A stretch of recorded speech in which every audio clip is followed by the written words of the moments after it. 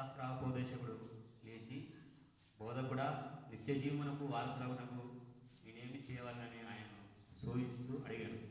అందుకు ఆయన, ధర్మశాస్త్రమందేమి వ్రాయబడి ఉన్నది, నీవేమి చదువుతున్నావని అతన్ని అడగగా, అతడు, నీవు దేవుడైన ప్రభువును నీ పూర్ణ హృదయంతో, నీ పూర్ణ మనసుతోనూ, నీ పూర్ణ శక్తితోనూ, నీ పూర్ణ వివేకంతోనూ ప్రేమింపవలనని, నిన్ను వలె నీ పొరుగు వారిని ప్రేమింపవలనని రాయబడి ఉన్నదని చెప్పాను. అందుకు ఆయన, నీవు సరిగా ఉత్తరమిచ్చితివి, అలాగూ చేయము, అప్పుడు జీవించడమని అతనితో చెప్పాను. అయితే తాను నీతిమంతుడైనట్లు కనపరుచుకున్న గోరి అతడు, అవును గాని నా పొరుగు వాడవడని యేసును అడిగాను. అందుకు యేసు ఇట్లనెను, ఒక మనుషుడు యెరూషలేము నుండి యెరికో పట్టణమునకు దిగి వెలుచు దొంగల చేతిలో చిక్కెను. వారు అతనిని బట్టలు దోచుకొని అతన్ని కొట్టి కొరపానంతో విడిచిపోయేది. అప్పుడు ఒక యాజకుడు ఆ త్రోవను వెలుట తటస్థించెను. అతడు అతన్ని చూసి ప్రక్కగా పోయాను.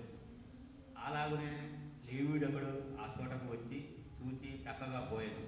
అయితే ఒక సమరయుడు ప్రయాణమై పోవచ్చు అతడు పడి ఉన్న చోటుకు వచ్చి అతనిని చూచి అతని మీద జాలిపడి దగ్గరికి పోయి నూనెయు ద్రాక్షరసము పోసి అతని గాయములను కట్టి తన వాహనము మీద ఎక్కించి ఒక పూట కూలి వారి వద్ద ఇంటికి తీసుకొని పోయి అతనిని పరామర్శించెను.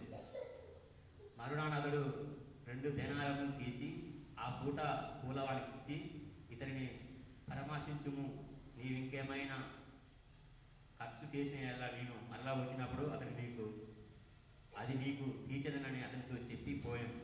కాగా దొంగల చేతిలో చిక్కిన వానికి ఈ ముగ్గురిలో ఎవరు పొరుగువాడని నీకు తోచుతున్నదని యేసు అడగగా, అతడు అతని మీద జారిపడిన వాడే అని అనెను.